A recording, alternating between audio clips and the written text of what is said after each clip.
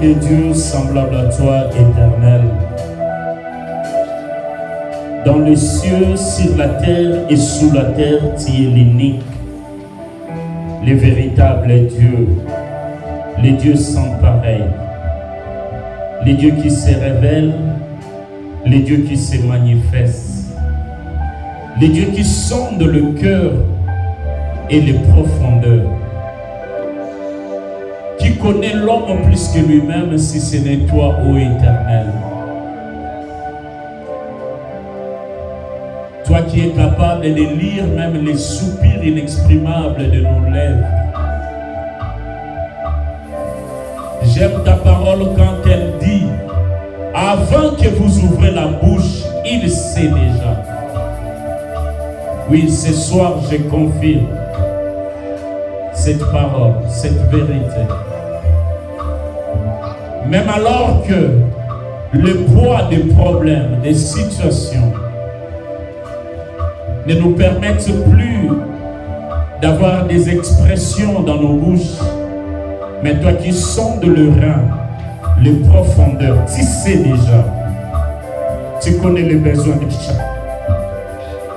Je te prie ce soir de nous être agréables et favorables, d'accorder à chacun ce soir selon les besoins de son cœur. En signe de cela, voilà l'expression de nos âmes qui t'acclament, qui poussent les cris de joie à l'honneur de toi qui es Dieu, de toi le Dieu de cette marche, le Dieu de chiffre 40. Nous t'en sommes infiniment reconnaissants.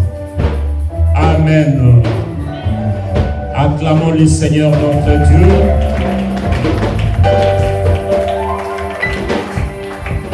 Est-ce que tu peux saluer ton frère, ta sœur qui est à tes côtés? Frère Don.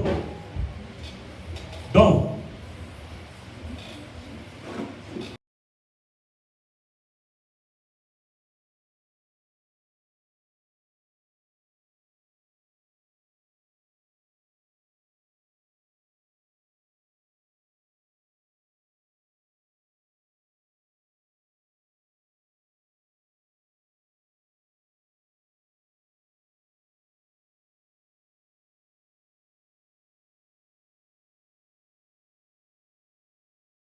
À vendredi.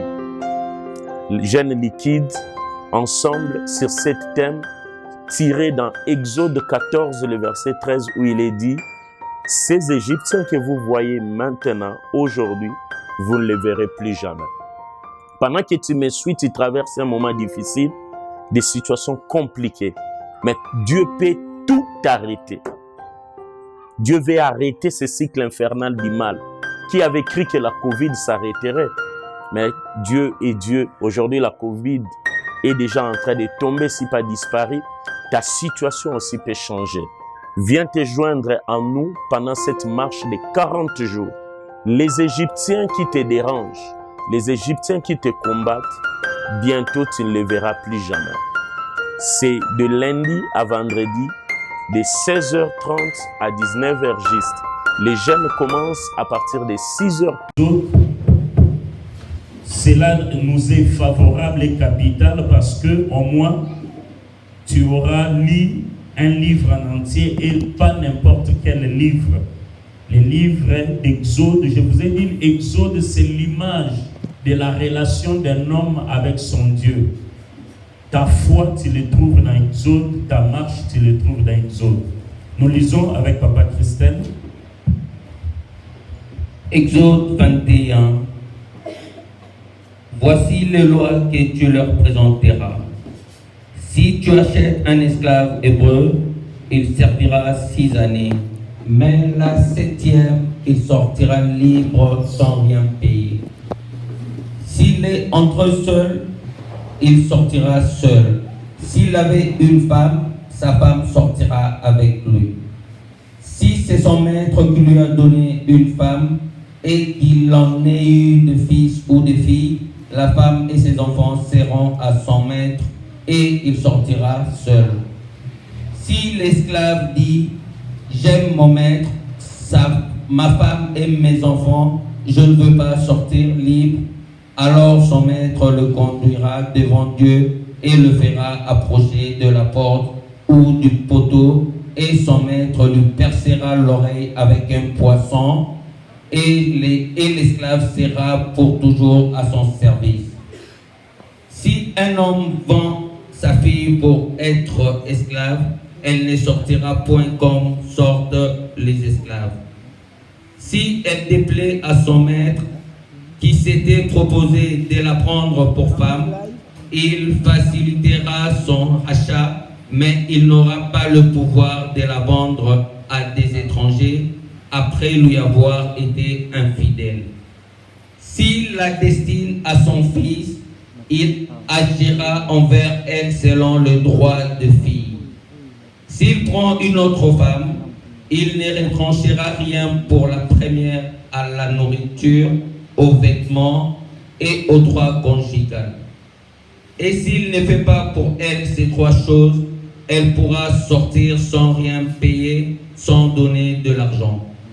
Celui qui frappera un homme mortellement sera puni de mort. S'il ne lui a point dressé d'embûche et que Dieu l'ait fait tomber sous sa main, je t'établirai un lieu où il pourra se réfugier. Mais si quelqu'un agit méchamment contre son prochain, en employant la ruse pour le tuer, tu l'arracheras même de mon autel pour le faire mourir. Celui qui frappera son père ou sa mère sera puni de mort. Celui qui dérobera un homme et qui l'aura vendu ou retenu entre ses mains sera puni de mort. Celui qui maudira son père ou sa mère sera puni de mort. Si 2 hommes se querellent et que l'un d'eux frappe l'autre avec une pierre ou avec le poing, sans causer sa mort, mais en obligeant à regarder le lit, celui qui aura frappé ne sera point puni dans le cas où l'autre viendrait à s'élever et à se promener dehors avec son bâton. Seulement, il le dédommagera et son interruption de travail, et il le fera soigner jusqu'à sa guérison. Si un homme frappe du bâton son esclave, homme ou femme, et que l'esclave meurt sous sa main, le maître sera puni.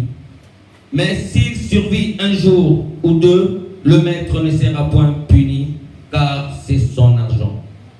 Si 2 hommes se querellent et qu'ils heurtent une femme enceinte et la fassent accoucher sans autre accident, ils seront punis d'une amende imposée par le mari de la femme et qu'ils paieront devant le juge. Mais s'il y a un accident, tu donneras vie pour vie, œil pour œil, dent pour dent, main pour main, pied pour pied, brûlure pour brûlure, blessure pour blessure, meurtrissure pour meurtrissure.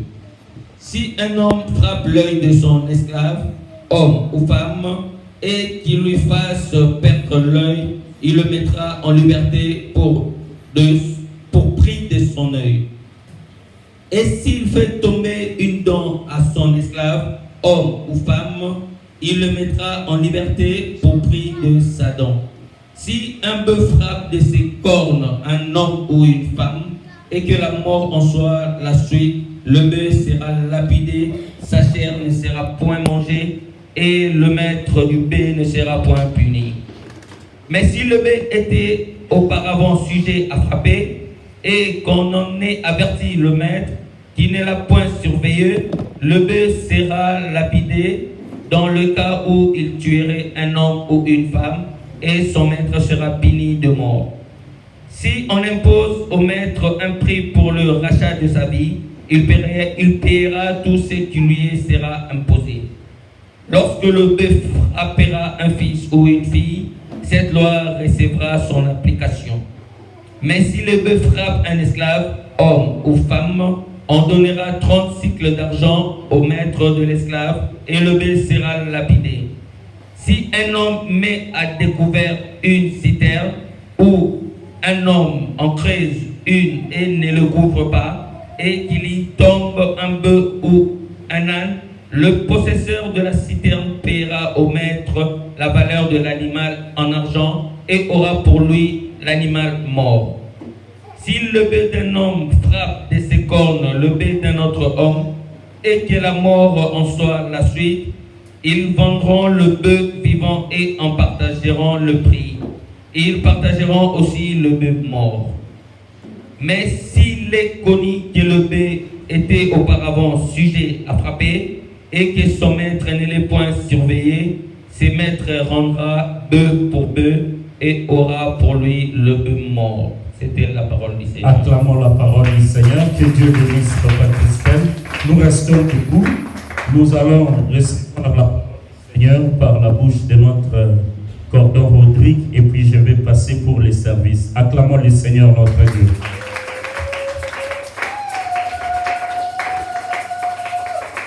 Amen. Zambé apambola biso. Nous remercier Dadi pour la confiance des sources qu'on a renouvelé envers Naï. Dadi, merci pour la confiance. Nayope, Nazo, Tondayo pour la présence. Nalomba, Exode chapitre 14, Totamaka verset 13. Exode 14, le verset 13.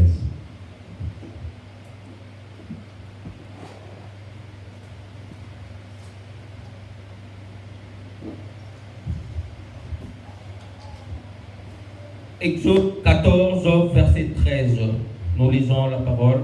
Amen. Moïse répondit au peuple, ne craignez rien, restez en place et regardez la délivrance que l'Éternel va vous accorder en ces jours, car les Égyptiens que vous voyez aujourd'hui, vous ne le verrez plus jamais. Amen. Zambé apambola biso, tukokyo fanda tobetela iloba maboko.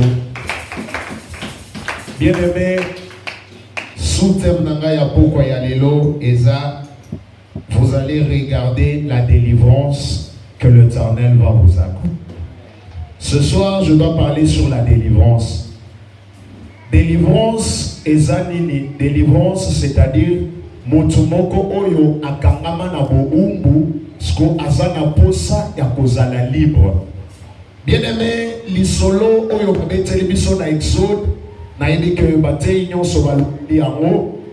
Israël azalaki na boumbu na kati ya Egypte.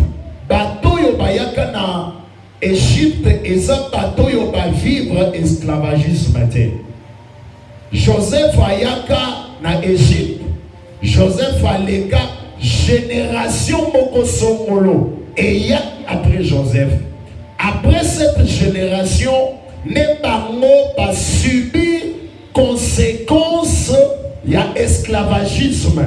Ba beta ki bango, ba tortira ki bango, ba mona ki makambo nyonso oyo esengela ke salema.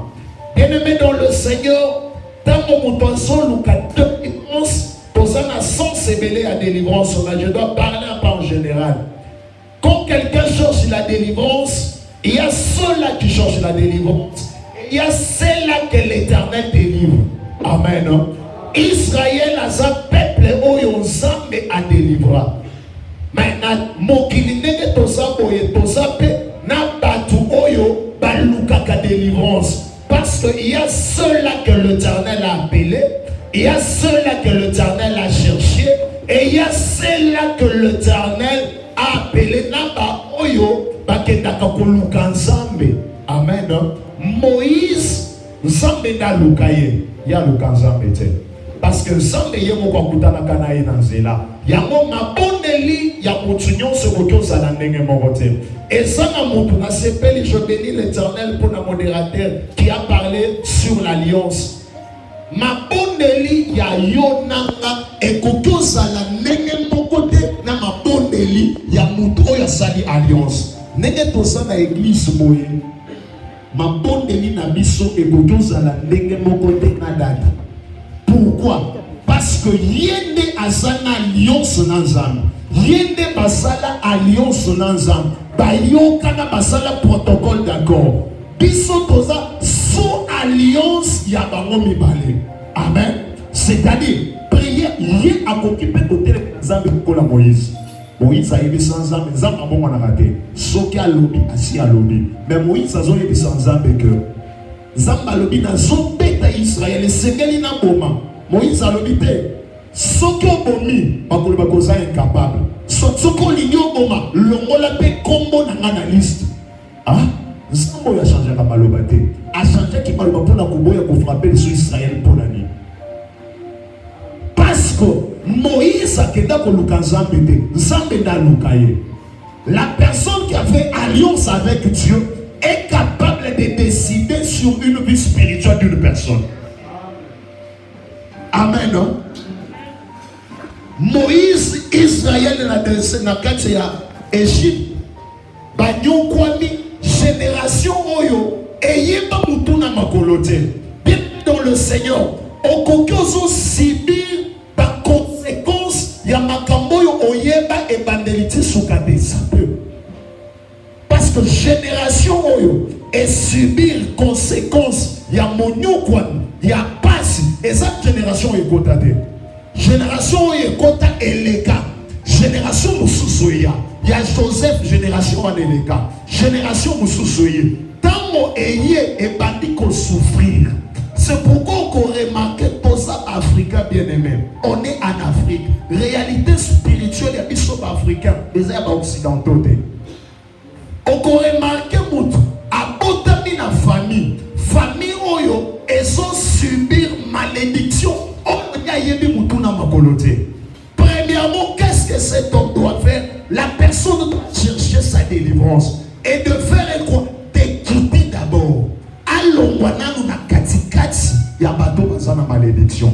Parce que qu'est-ce qui s'est passé? Nzambe alongoli nanu Israël na kati ya Égypte. Kolongo Égypte eliki kolongo mate koza délivré. Amen. Parce que la délivrance c'est un processus. Et ça étape par étape.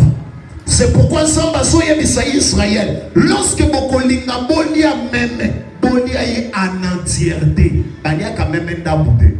Amen. Balia ka même ndabute. Balia ka ye mobimba nango. Ça veut dire que dans mon moutoison na katia koluka délivrance et sengeli délivrance et salema en entièreté. Ce qui délivrance c'est salemi ndambu. Cet homme n'est pas délivré. Amen. Kolongwa na kati ya peuple ezamodi. Comment mutako mituna na kolongwa na kati ya peuple ezamodi? D'abord, il faut élever le niveau de spiritualité. Niveau na yo ya koluka Nzambe ekozala ndenge moko te na bato nyonso. Niveau na yo ya komipesa epai ya Nzambe ekozala lolenge moko te na bato nyonso. Ozolongwa na bango. Parce que Israël a longwe na Égypte. Tango a longwe na Égypte, azoba na kokene nzela. Na kati ya délivrance eza processus ya momoni ke na nzela atali sima amoni ke ba Égyptien balâché te. Babandaki ka kolanda.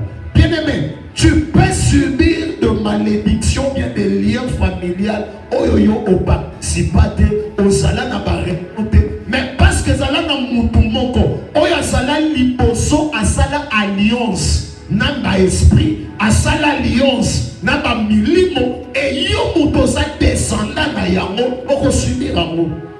Nzambe yo moko so ebisa Israël, Jésus le Dieu qui bénit voire même la troisième génération. Qu'est-ce que la troisième génération a fait?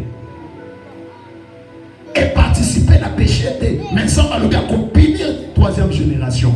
C'est-à-dire, même tout ça, la lignée à ma descendante. Oh, il y a la akoki kofongola porte ya bénédiction, akoki pe kofongola porte ya malédiction.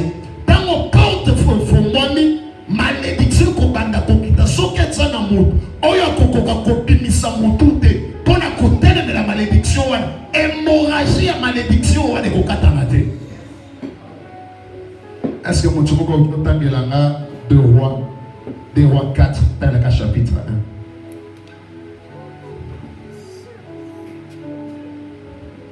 Deux Rois 4.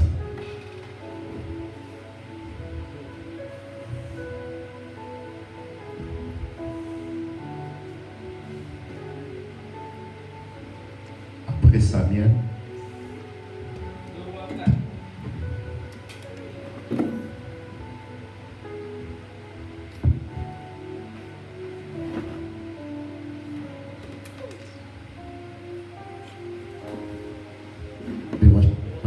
Verset 1. 2 Rois chapitre 4 verset 1. Une femme d'entre les femmes de fils de prophètes cria. Voici mon corps parmi basi ya ba prophète accueilli. Oui, pardon. En disant, Azoloba, ton serviteur, mon mari, est mort. Mosali na yo akufi. Et tu sais que ton serviteur craignait. Écoutez très bien.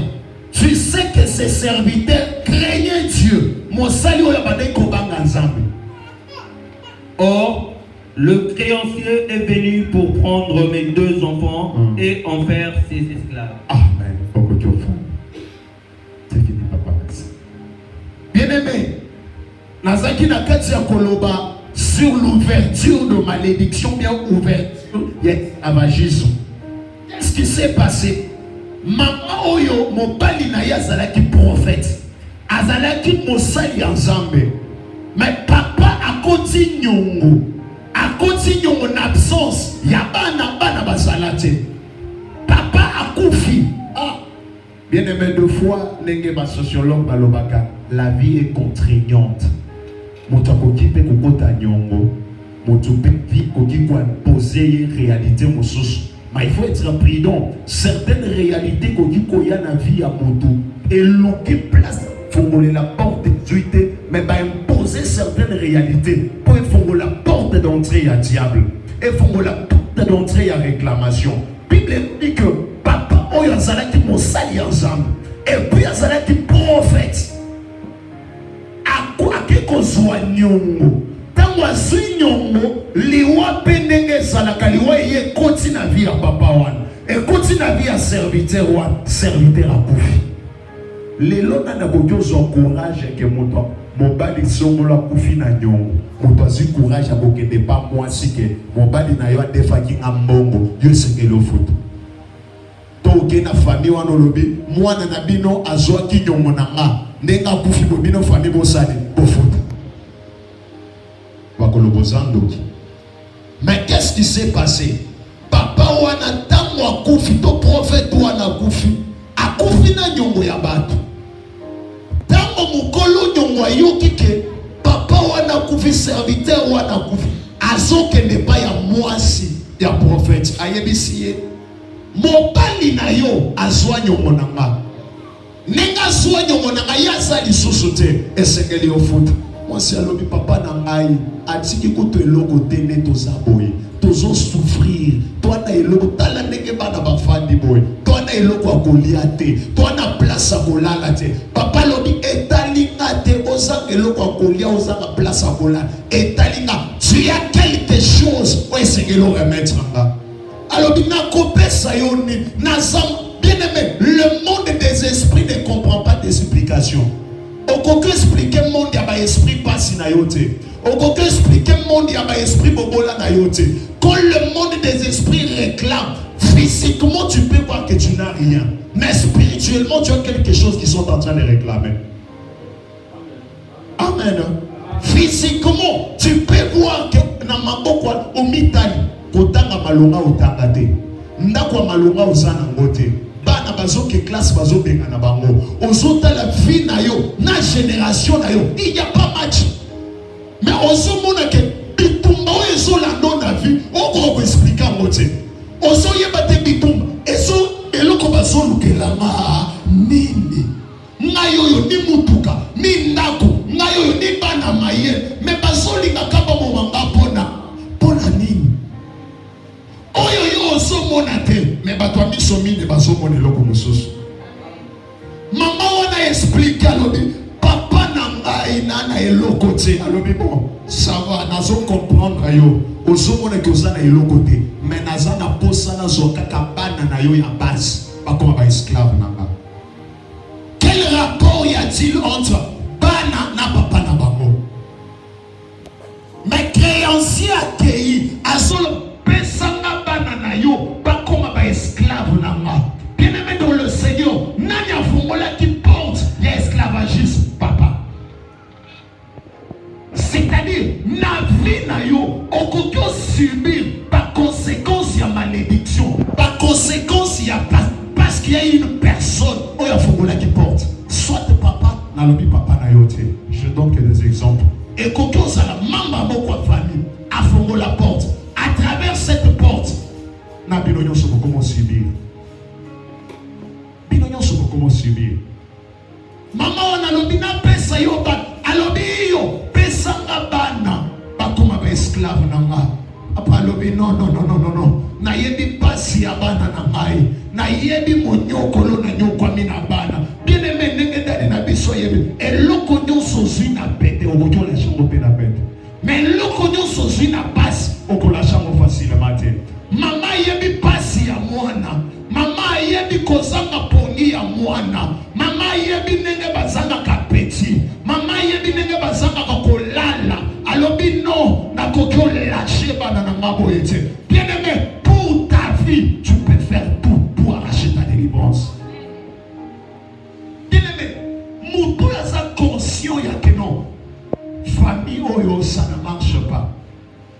Tu sais, il y a deux fois tokokaka koyeba nino yekanga kama famille na biso te. Pourquoi? Parce que dans ya méditation ya famille ezalaka te. Ya ke yo moko fado bani kotala fi ya yaya ndenge nini ezali, fi ya oyo alandi ndenge nini eza, okomi na vi na yo otali vi na nga ezokende ndenge nini.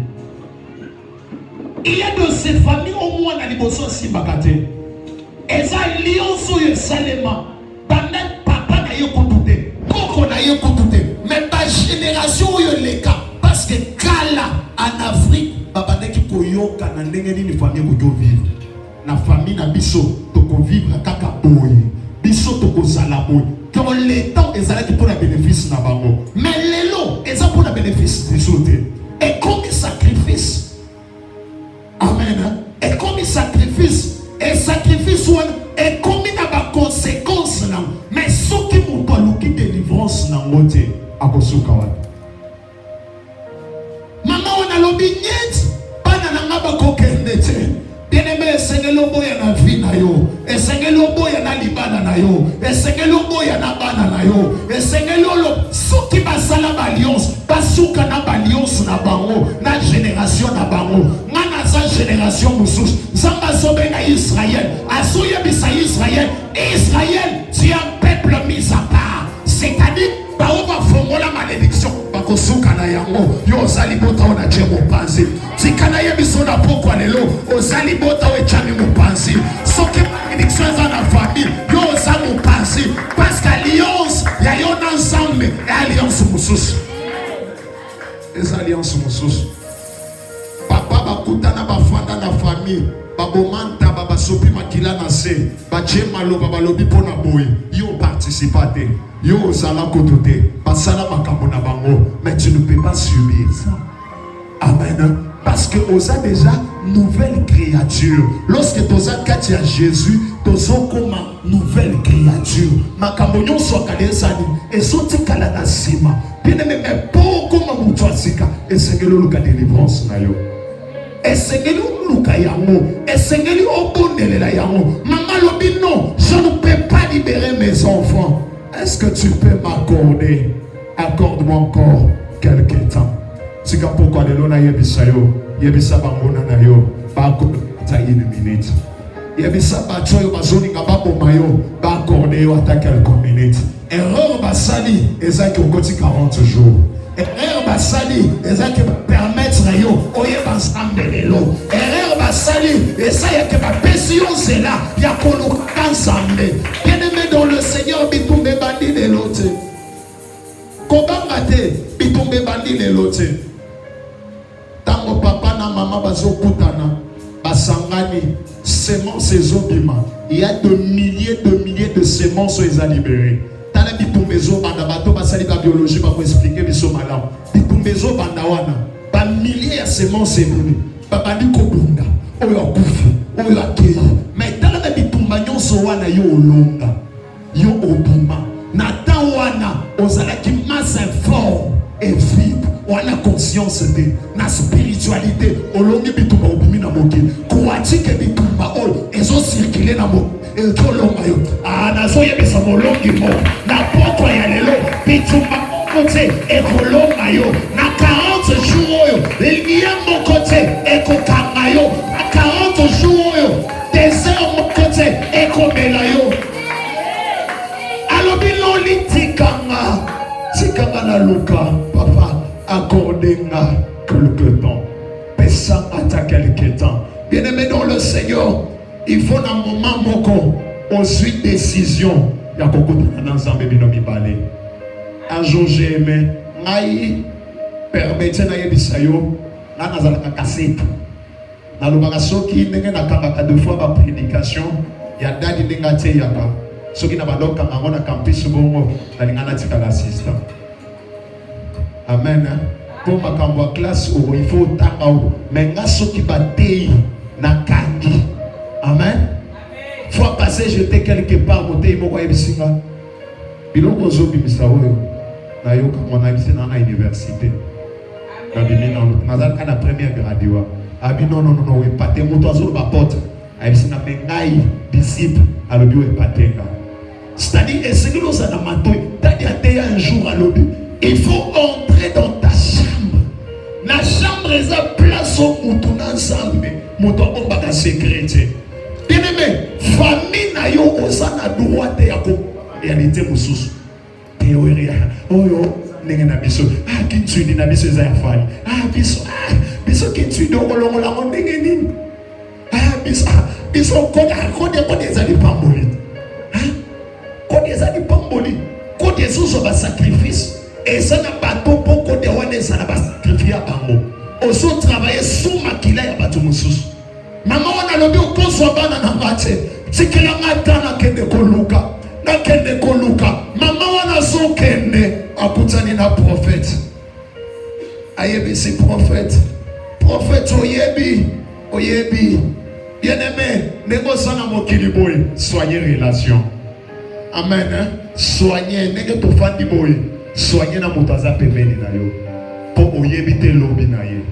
Peut-être yo kojo kanisake amotika la kabo après 40 jours peut-être pour le numéro na moyen zongo ezate kotaka déjà na ba groupe ajif moment yango soit numéro ya papa Christelle na moment yango il y aura un certain moment où cordon numéro papa moi na personne ezate il faut d'abord na contacter parce que pour soyer il faut passer pour le secrétaire.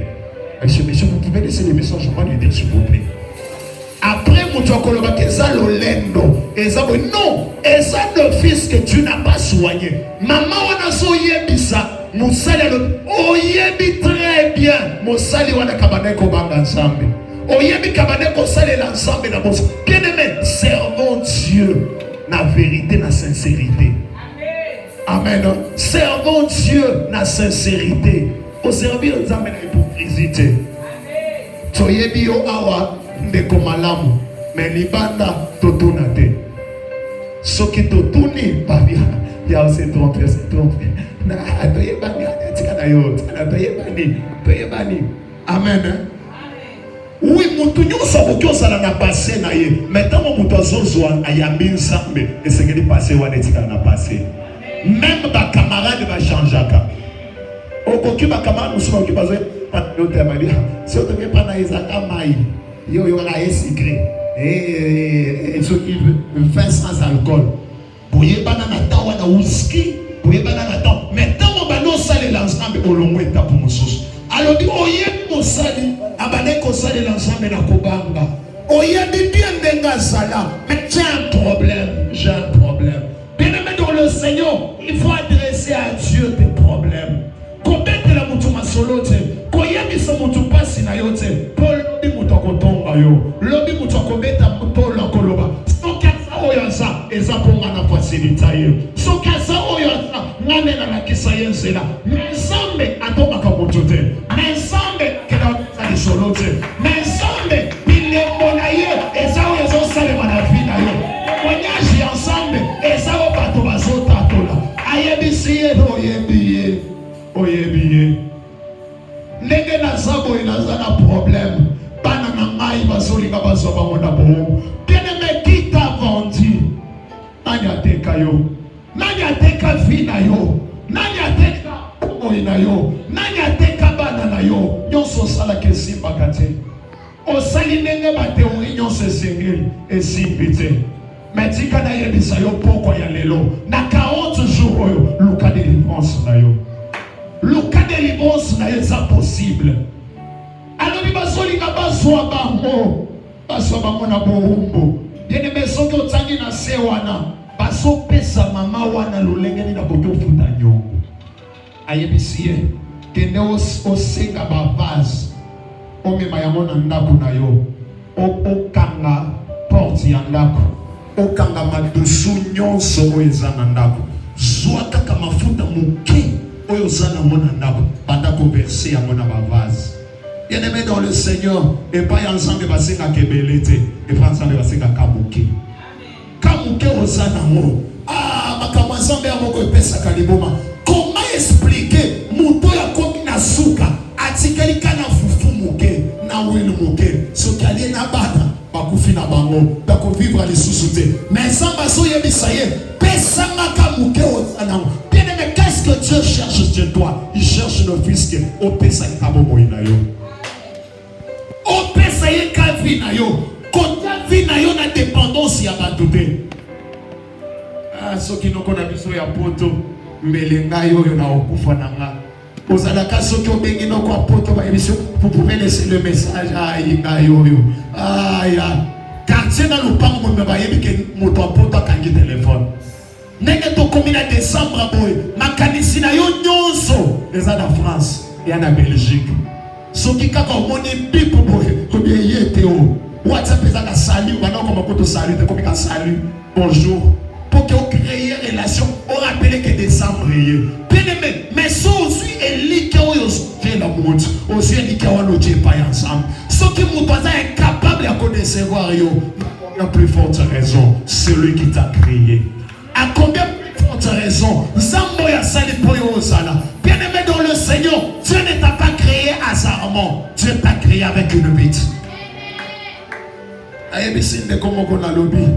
Nenge tozana mokili boye tozana kati terrain de balle to beta biso nyonso balle yo ko longola na note du fait que na kufi na note c'est-à-dire mokili nanga ndimi na na beta balle bien aimé du fait que zana na pema c'est-à-dire ensemble ayebi lo kwazo luka na yo et c'est que yo o luka délivrance mama wana ke luka délivrance ya bana akeko luka yango tango que ne va pesier c'est eloko esala kabiso ba chrétien toto sakate toto ses apas muto aza capable ya kokota ndako nganga alongoli bilamba nyonso mais muto aza incapable ya kozala na présence en Nzambe na kokili ba condition difficile muto azosala mais ba condition facile et pas Nzambe muto incapable ya kozala. Délivrance na yo esengeli yo mokoluka yango monde ndenge zabo eza monde ya ba esprit commandé par le esprit ya mozomona même ba président de la république tango bakutana banikisana ka loboko soki président mosusu aningisi mosusu loboko c'est-à-dire oyo aza supérieur spirituellement que mosusu o mosusu apesi loboko atie likolo ya moninga yo oza inférieur nga naza likolo monde eza monde ya ba esprit. Ce qu'esprit na yo esana se yango somona binakeli mabe ya famille elandi yo yango somona kozanga kozwa elandi yo mais ce cause esprit supérieur bakolisaka esprit qui parle de jeûne et de prière et méditation de la Bible. Ce soki ndenge bayebisi biso dimanche mondimi azaka mondimi ya dimanche bible na ya fongolaka yango kasi soki akuti na église na ndako afongolaka bible te bien-aimé okokola en esprit ndenge nini chrétien akoki olela te akei na entreprise moko azolela aza na kisi adomine nga yo chrétien badomine yo chrétien bakoki obeta ye maso ezwi ye na ebomi ye te chrétien bakoki otuele poison ameli poison bakufi te différence yango wana esengeli esprit na yo ezala élevé soki esprit eza élevé te bien-aimé dans le Seigneur okozala esclave na se ya mokili oyo okonyokwa me ndenge balobaka okotoka esengeli oluka délivrance na yo Israël abimi na bohumbu akanisi alobi ndenge tobimi boye tokomi libre mais ezalaki liberté te ezalaki ne fils que étape ya délivrance ezalaka étape ya délivrance bien Seigneur peut-être osali la moto mabe wana etikala mais Yesu ntango amata na ekolosi aloba Père tout est accompli tout est accompli. Je lisais la Bible place moko na Exode wana soki etina ba Lévitique sur la loi de restitution alobi soki motu ayibi ntaba boye azongisa boye soki motu ayibi meme boye azongisa boye. Je me suis posé tant de questions. Nalobi Christ azalaki même. Na ki même ya Christ, Bible lobi que il a été dérobé. Dérobé c'est-à-dire aïbami. Ma bataille est yibié. Mais Christ en tant que même. C'est tant qu'on y est ba yibié. Et c'est que les biso bazong c'est la bisoni. C'est ça le cinq ministères autozanango. Ba yibi même moko bazong si même mital. Le cinq ministères que Christ nous a laissé. Payons aux ans de restitution, où il y a c'est la bande quittée. Aux ans de restitution, il y a c'est la bande gatée. Peut-être si tu as la vie, tu que non, peut-être qui boye, peut-être qui va na biso ya liboso, peut-être qui va na basi na biso, par moi bakokyo ba la boyete, par quoi bakokyo sa la boyete. Bien-aimé dans le Seigneur, il y a déjà une personne qui a déjà payé pour toi. Jésus a déjà payé tout pour toi. C'est pourquoi il a dit à la croix, Père, tout est accompli. Nous se kokisa, bien aimé comme tout gisate. Pourquoi il y a les lots? Et pourquoi on s'en met ensemble? Kangolanga. Zambe kangolanga. Kangolanga na malade ou ya famille. Et l'ongwe malade comme malade nangai. Aïe, gastrique des alakayanga. Tension et alakayanga. Rhumatisme et alakayanga. Et ça y a yote. Au monique comme y a yo. Parce que tikali na vie na yo. Mais ce qu'on s'appelle Zambe, on y a dit Zambe Kangolanga, Zambe Kangolanga, bien aimé Zamba Kokangola yo, Zamba Kokangola yo, accueilli Koluka délivrance yabana, Messie Zelani na Kokyo Sal, Poke, Akeneko, Otolabana na ye, accueilli à pratiquer yamo, a commis converser, oui, ma foute silate, azo versé na ba vase suka na suka vase tonda azanga na place mususu ya kodia mafute kanga. Bien-aimé, c'est la bénédiction de l'Éternel qui enrichit. Il nous accompagne donc à chacun. Bien-aimé, Seigneur, délivrance y ensemble et kozalanda beauté. Les lobby qui lobby ayoki dire zoni ayo yansambe so akate nzambe soki abikisi yo nzambe soki apesi yo mais bien aimé si tata nzambe apesi yo mais soki olâche prière diable akoyebi kolâche prière te kolâche koluka nzambe te parce que aza mosika te il est en train de rôder kaka azorôder kaka pembeni na yo azorôder kaka pembeni na yo. Diable aza lokola ba politicien, permettez le terme. Aza lokola ba politicien. Na politique eza match kwata. Ba mi bazate. Tokojo sekana na elongi. Mais na motema moto aza na piège na ye. Toza lokola na dame. Na betio mi balé, yo sepeli na mi balé na dike na mi balé wana nazoke na boko na otozo 4. On son na dame na priorité à kotambola na principal ndenge na di. Yo soto kotina no dame te, moyen tambola na principal ezate. Yango diable na biso. Diable a oké musikate. Azaka pembeni na biso. Akoko la kisayo bonne volonté. okotinda kwa nganga apesi yo bon sima nango sacrifice à moi sima nango mwasi asopaka zeli sima nango olalaka na botude mais epai ya nzambe eya bongo te nzambe soki apesi yo olali ponya babebe obandi koluka ye bien-aimé luka délivrance na yo kokanga maboko te kolala pongi te luka nzambe mama wana boyi kolala pongi alobi bana na nga na kosede bango te bien-aimé kosede ata kiteni ya vi na yo te na olinga nasilisa nazomona na boti bazoyebisa ye na boti pesa ngai bilanga ya vinyo na boti alobi no eya richesse o papa tikela biso moyen na sede yango esa te moto abandi kosenga na boti bilanga ezaki roi tala ndenge yo osendaka vi na yo talaka soki mpasi moke eye ede priere osambela liso te okoma oloba ya tosambela fort na serviteur moko tosolaka libanda atoninga osala na bino aza na 40 peti na ngai ominyokola biso tosala to nde osomona boye tosala mingi biso togena to asalaka niveye agenaka te na bino peti na ngai nasala to nde omona nzambe ayebi mokolo mosala amen. Mais comment le monde des esprits aurait fait ça pour ça ma camarade te pour ça ma ninga te bien aimé même na degré ya ko chasser ba démon ko ya ngulungulu te démon esa na ba niveau mo soko ye ngulungulu so risque o bibia mo monaka basi na olinga na mona na ko kilaka ba pasteur bao soki na tali bazo sala délivrance na yo karabao. Pourquoi? Parce que ces esprits tant que zobima et le place la place où ils sont faibles. À côté pas na ya kuti azo a piqué. À pas moi si naïe. À côté comme pas moi si à côté moi si piqué. Pas dans la distraction. Pas. Yango ko mona mwana mo ba servita yo kakate. O bi memo no zo ko papa na yeta. Papa neza mo to timia. O yo ko mususu ba di boli ndenge mususu. Asema esi papa na benga na. Yango ezuyeta.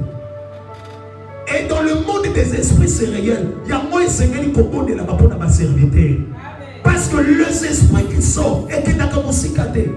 Bien aimé, par esprit et Seigneur, Bible est sur le bas que il y a le Saint-Esprit qui est au trône de Dieu.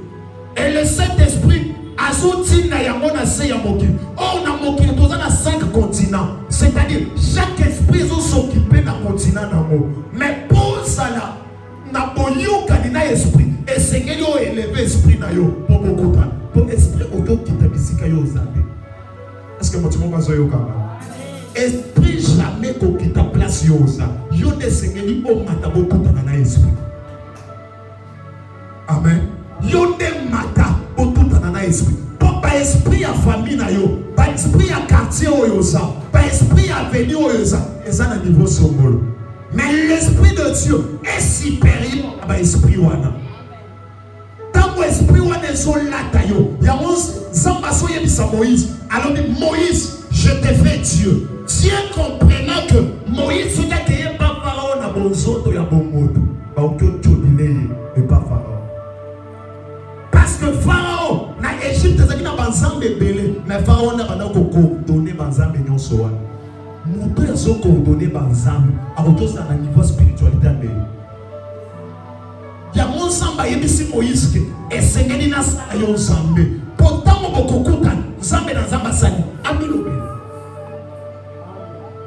kene me soko na mokilo soko ke ina esprit faible bagolia yo bagochelo mwa matisi moko ya muke ofandi na ndako vina yo simbo ofandi ko mais soko za esprit supérieur bien aimé ba kokyo chela yo onyati okoti pe obimi ba komo ibiso o wazana kindogi ya likolo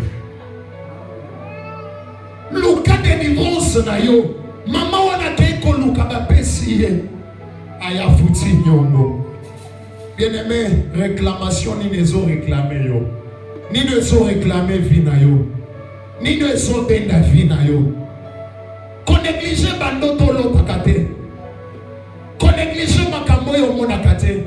J'ai croisé un serviteur qui me disait, dans mon ayambi nzambe, et comme qui na moment mon gosso na koti prière, na bondeli na mone lokote.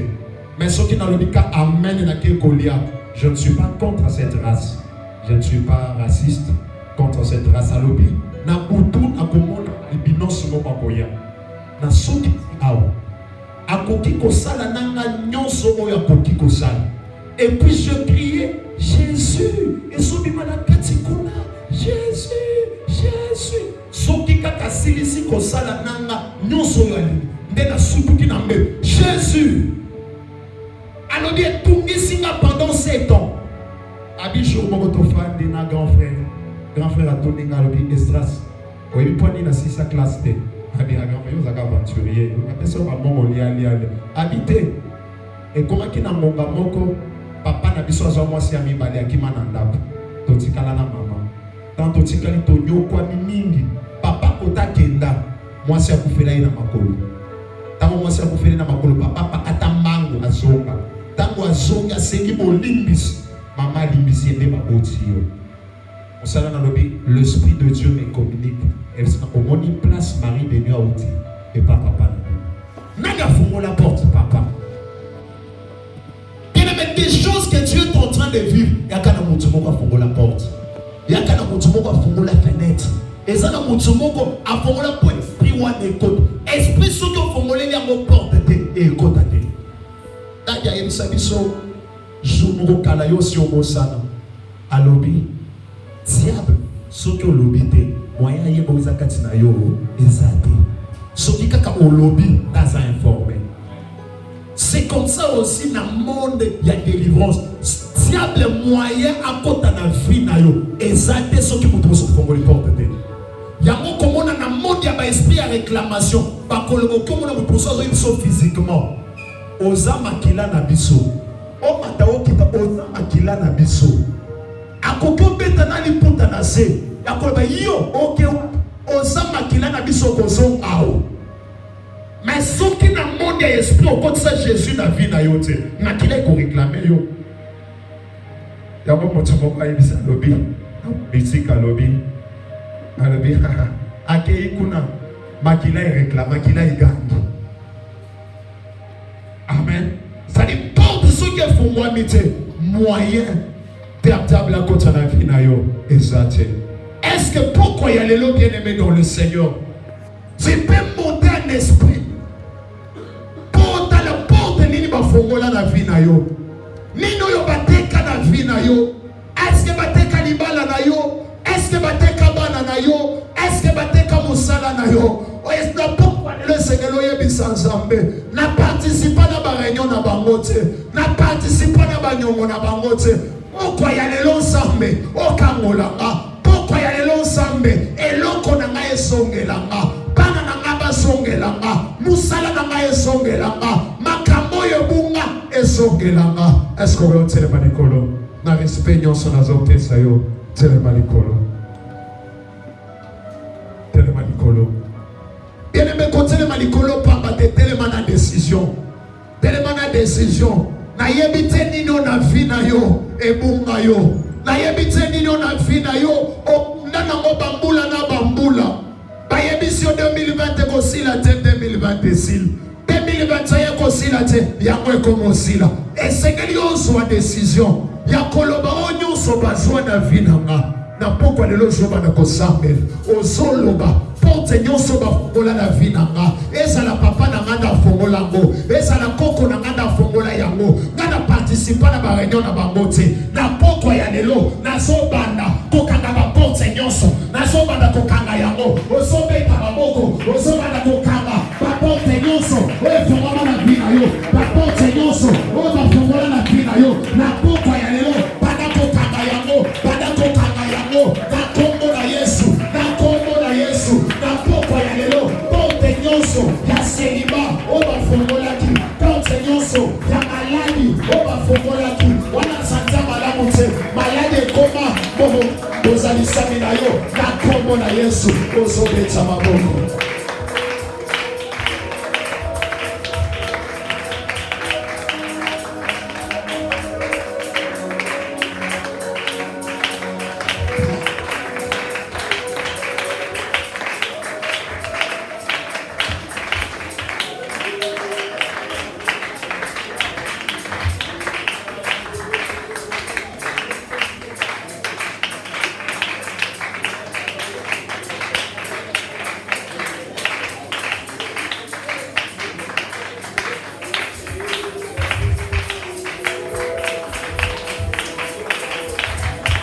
Prie avec instance.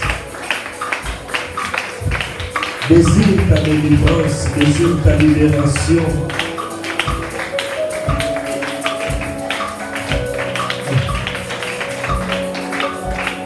Tout ce qui t'arrive a certainement une cause.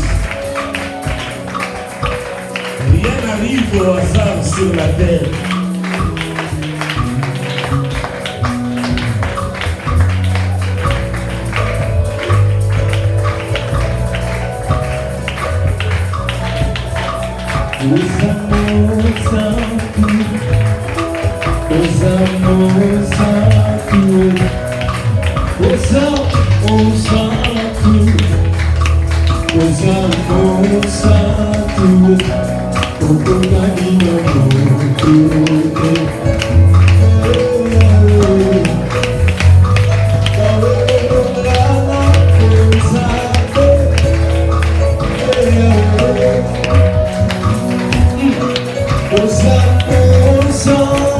Refuse tout ce qui ne travaille pas pour vos la décision qui a été prise ce soir. Raisonnez la famille. Vous avez la loi à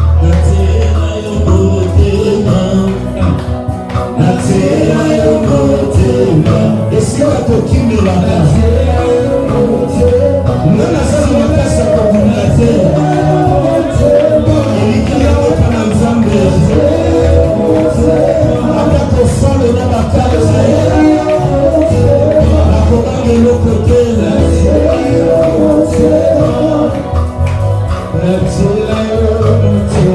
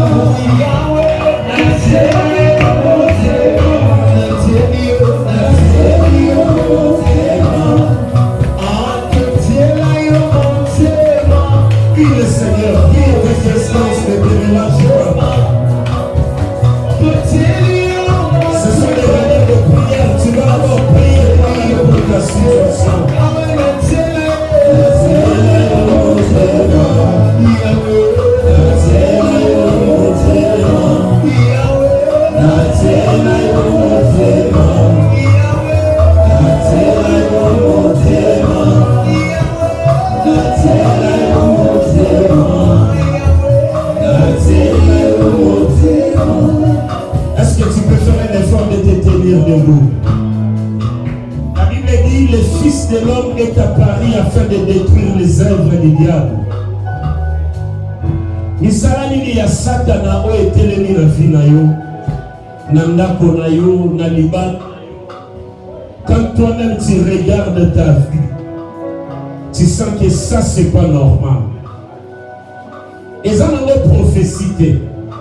Ba émission on peut la vision te. Yo moko soko tala ba vie na yo. O la famille na yo. O tala ndako na bino. Toi-même tu réalises, ne serait-ce qu'avec l'intelligence, que c'est pas normal. Au sala pero balinga mususu basala ya bango simba mais ya yo simba kate. O leka pesi ka ba misusu baleka ya bango changea mais ya yo changea te. Minga ngakutu basali ba examen nyonso balobi otikali ka likambo nzambe. Balobi osala informatique osali, anglais osali. Balobi kende kuno osali. Mais pourquoi? Je vais bien le dire, pourquoi pota oyanga eza pas si boye. Batu nyonso bazopaka na bango nzambe pote silaka. Abi pourquoi oyanga douleur est impénétrable. Blessure n'a pas tellement douloureuse. Oui, passe est inévitable. Maladie est inévitable. Chômage batu nyonso balekaka nango. Stérilité batu nyonso pe bakutana na bango. Mais échangeaka. Écoute ainsi dit le Seigneur de ce 21e jour. Le Fils de l'homme est apparu ce soir afin de détruire toute œuvre du diable. Œuvre du diable, ce n'est pas moi qui le sais, c'est toi. Quand nous te sommes en apôtre, suppose bête à ma bosse à la gauche, droite. Qui est-il grand de montagne devant moi? Ce soir tu seras aplani. Allez, maintenant comme elle est la Fils de l'homme, à détruire moi, établir la famille, la vie, l'Itamouan échange à ta paix, situation est tellement le corps à monument, ta famille se va voir, ta boute à la problème. Et comment le passé? Il y a eu ce se conjuguera dans le présent. C'est comme si le temps n'avance pas. Dans le conjugat passe là, on a dépassé. Le conjugat va toujours dans le présent. Le Fils de l'homme est apparu ce soir. Il faut que ça change. Il faut que cette situation change. Il faut que tu fasses autre chose ce soir.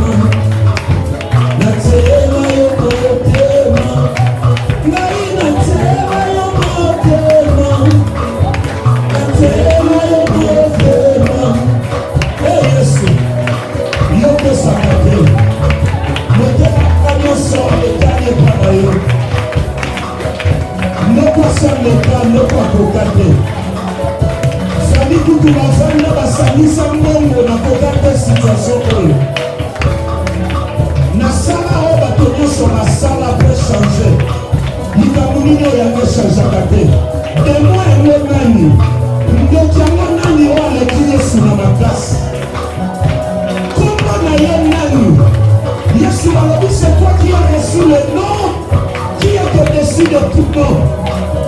Comment nani? Comment nani? Auta wapi? Apata na mwasi pe modalité. Kaka yo Yesu. Kaka yo Yesu. Tomola Yesu ni beso bitumba oza inime. Situation est inime, est normal. Tu es-tu grande montagne devant moi ce soir? Tu seras.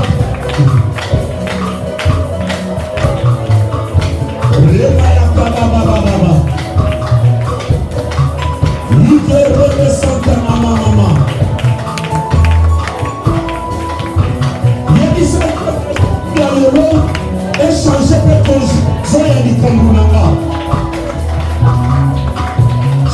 chômage dans le passé.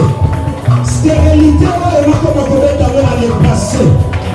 Chômage, maladie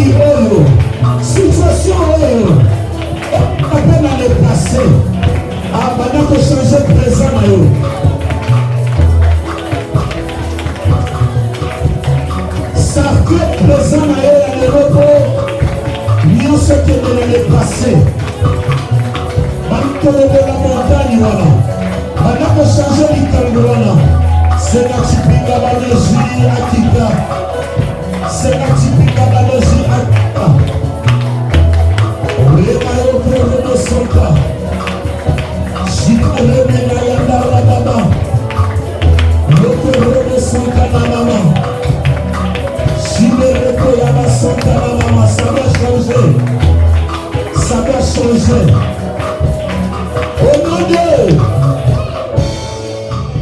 pourquoi ça ne doit pas changer? Côté à tes bisognos, c'est à la cause. N'ayenda fouillé la porte à malheur.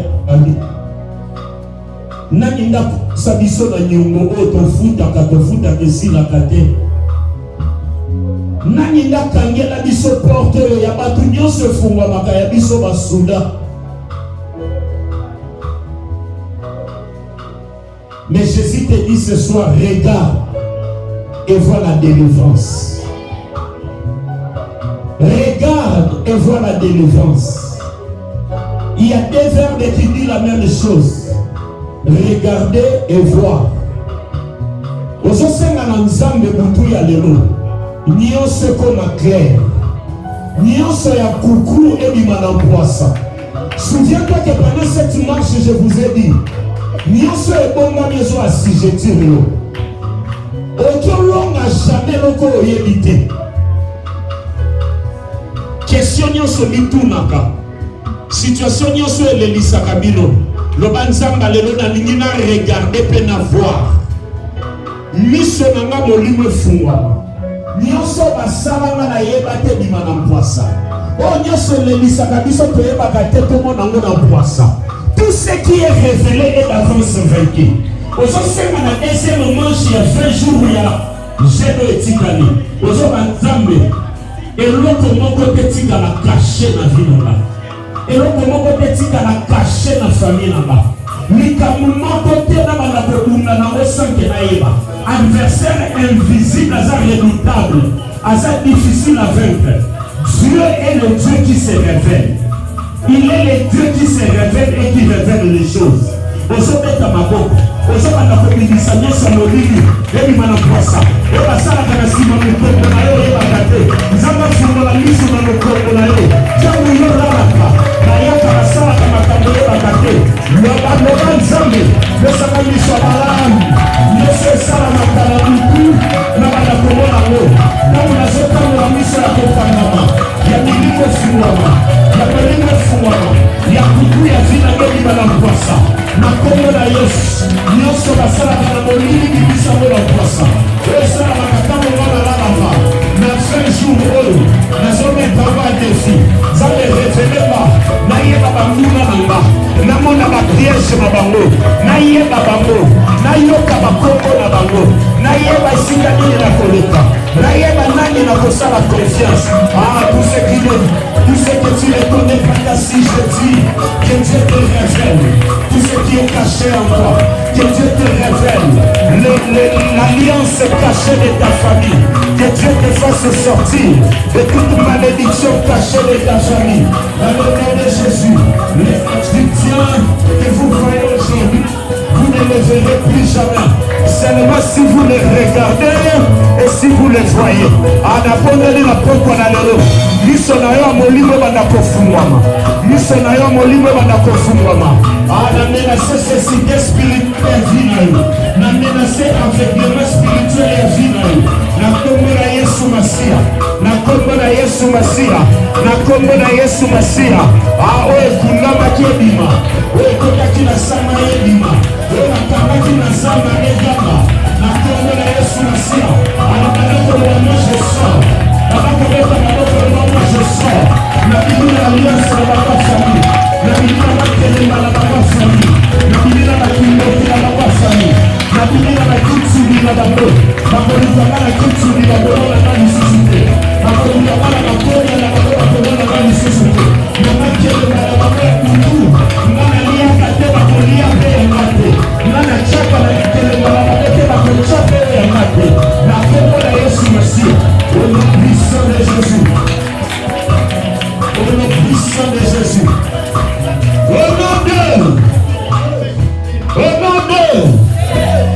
pas. Bible le dit, vous condamnerez toute langue qui se lèvera en justice contre vous. Dieu a mis le pouvoir de la vie et de la mort dans l'olemo. Ba baby sa famille balobaka maloba. Ba vina yo balobaka maloba. Butwa lelo oyo poso loba maloba. Ce qui est alliance noko. Ba koti sa bino sans le savoir détruire la maloba. La maloba na yo. Ici, c'est un ministère de famille. Tu représentes ta famille. Aux autres, de Kobuka, ma prison fatalique, ma loi établie, ma main qui est l'émagnant sur Boutou. Oh, papa, n'a pas salaga boende, azagi na choité. Azagi na choité, nana na choix. Et l'autre, nous sommes yébité, ils sont en prise le colon à eux. Ils sont condamnés à moi. Ils sont dans le sang de là, en toute conscience, ils sont dans le banda lelo na bando vivre onga na yebi onga na sang onga na soi décision ale banda ko ya nyonso yo yebite e uta na bokoko e uta na bo mama e uta na bo noko bimana kati na na kombo na Yesu banda ko condamner na kombo na Yesu balo s'établit nyonso ya bato baba kelenda na bango bavandi na kata kokombe bavandi kuna na chile bavandi kuna na nganda zika bavandi kuna na boma bazako yoka bazako za décision conséquence na mesa yo tango wana esili na boye sika nyonso o batabaka bakombo ya famille na ngai na boye bakotanga nde lisusu te nga na dimi na nakeleka na bango esika bapesanaki baalliance nazalaki te esika bayokanaki nga nazalaki te vi na nde eza yanga motu moko ta kozwa décision likola vi na nga ya bana na nga ya mibala na nga na boyi yango na boyi yango nakondane maloba nyonso ya bango nakondane maloba na bango dans le nom puissant de Jésus dans le nom puissant de Jésus dans le nom puissant de Jésus dans le puissant de Jésus dans le nom puissant de Jésus dans le nom puissant de Jésus puissant de Jésus dans le nom puissant de Jésus dans le nom puissant de Jésus oh non sikona maloba na yo ozozala prophète ya vie na yo pe ya famille na yo banda kodeklare makambo oyo olingi esalama banda koloba oyo esalamaka te na famille na yo soki bango balobaki bino bokobala te ale yo banda kobenga mabala banda nano kotanga makombo ya bato na famille salama le programme année odosila te likambo te ekosalama année prochaine alingi boye nazoloba milimo nyonso oyoka ngai nazwi décision na famille alebanda koloba lokola mosakoli maloba no eza na moya nzambe atie pouvoir na maloba na yo tu peux appeler à l'existence ce qui n'existe pas encore tu peux amener ta famille dans une nouvelle alliance tu peux changer la destinée de ton promis ce soir au nom de Jésus au nom de Jésus au nom de Jésus au nom de Jésus au nom de Jésus au nom de Jésus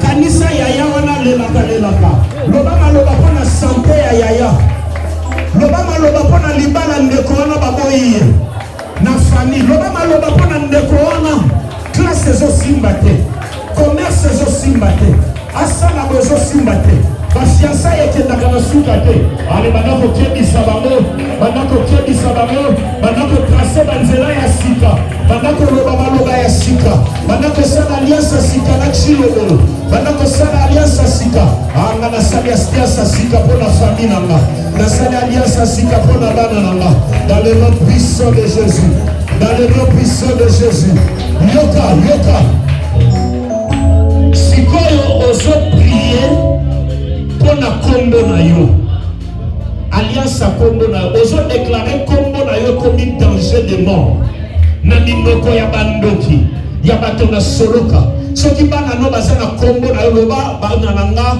kombo nanga letinga katuku na lobi bana nanga baza bakatuku ya kala te na bakatuku yanga babotami na bonzambe loi ya coutume korenye likolo na bango te ya toteme korenye likolo na bango te nga tata nanga botaka nga yebi nzambe te lokola nga na yebi nzambe bana nanga bakovivre na bonzambe tala bazambelaka bobale bandakoloba likolo kombo na yo oya biloko na bango na epamba bana nanga baza sous couverture na nzambe nakoti nayeba nzambe nakota bango na bala nayeba nzambe libala nanga eza na kati ya bonzambe nazwa mosala nayeba nzambe nazwa mbongo nayeba nzambe oyo yango euta na bonzambe kindoki ekoki kozwa yanga te kindoki ekoki kosimba yanga te kindoki okosimba bana nanga te okosimba libala nanga te bandakobondela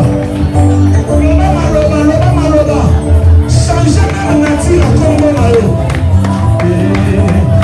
mais bien tout loba lokola molongi bandakoloba soki bakatuku ya afanga bazalaka bando bakatuku ya penda baza ya bonzambe yesu ata bapesa yo kombo ya ndoki bandako sanctifie yango loba yenda azalaki ndoki ngana lati kombo kati na bonzambe yaka kokende liboso yaka rabasaka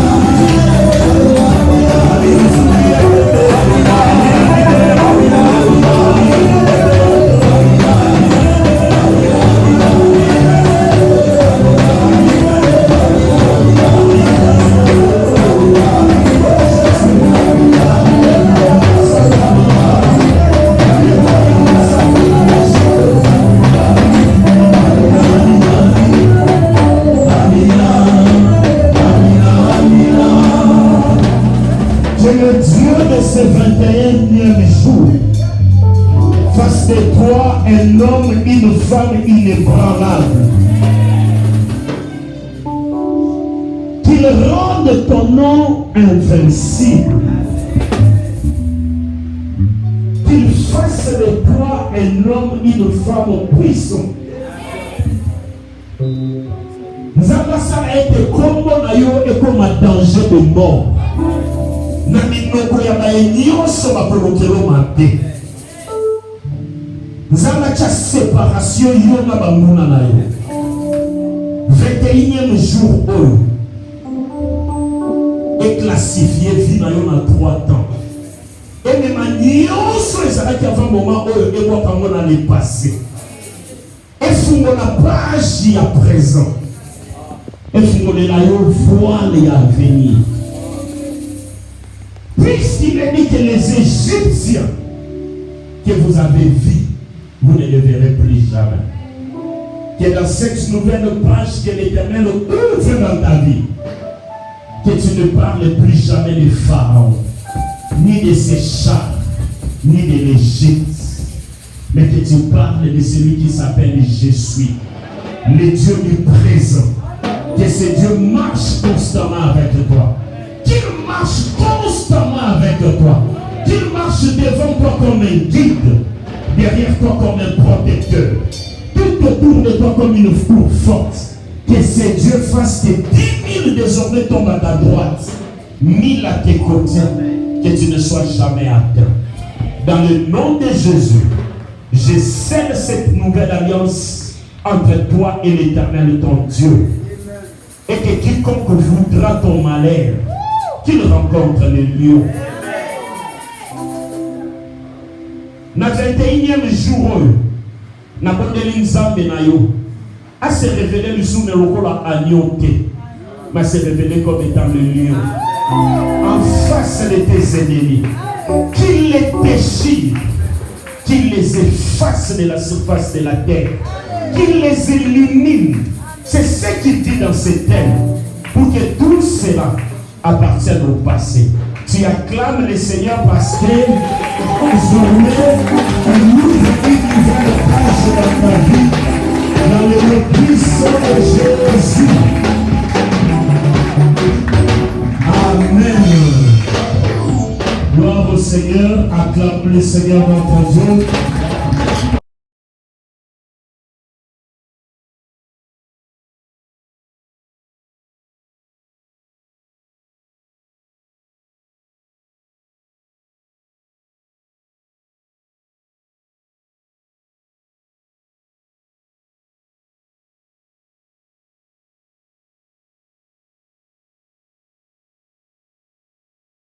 À vendredi.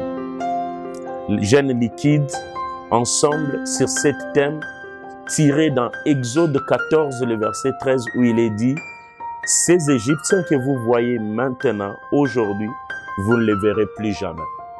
Pendant que tu me suis, tu traverses un moment difficile, des situations compliquées, mais Dieu peut tout arrêter. Dieu veut arrêter ce cycle infernal du mal. Qui avait cru que la Covid s'arrêterait? Mais Dieu est Dieu. Aujourd'hui, la Covid est déjà en train de tomber, si pas disparu. Ta situation aussi peut changer.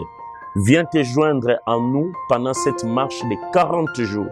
Les Égyptiens qui te dérangent, les Égyptiens qui te combattent, bientôt tu ne les verras plus jamais. C'est de lundi à vendredi, de 16h30 à 19h juste. Les jeûnes commencent à partir de 6h pile jusqu'après les cultes. Un jeûne liquide, tu peux prendre un peu du jus, un peu du lait, mais ne mange pas. Viens dans la présence du Seigneur. Ça sera des moments forts en prière où le Seigneur va se manifester puissamment au travers plusieurs orateurs. Je suis l'hôte certes, mais je serai accompagné de plusieurs hommes et femmes de Dieu d'ici, dans les pays et d'ailleurs. Soyez les bienvenus dans la 2e édition de la marche vers Cana, avec comme thème: ces Égyptiens que tu vois maintenant, tu ne les verras plus jamais. Rejoignez-nous sur l'avenue Loubi, numéro 10 bis, dans la commune de Lemba, quartier Salon au Nord. Arrêt Libaya, vous prenez la montée vers la boulangerie Mazo jusqu'au marché Windsor Container de la police de Bakole. Vous prenez votre gauche, nous sommes là. Que le Seigneur te bénisse.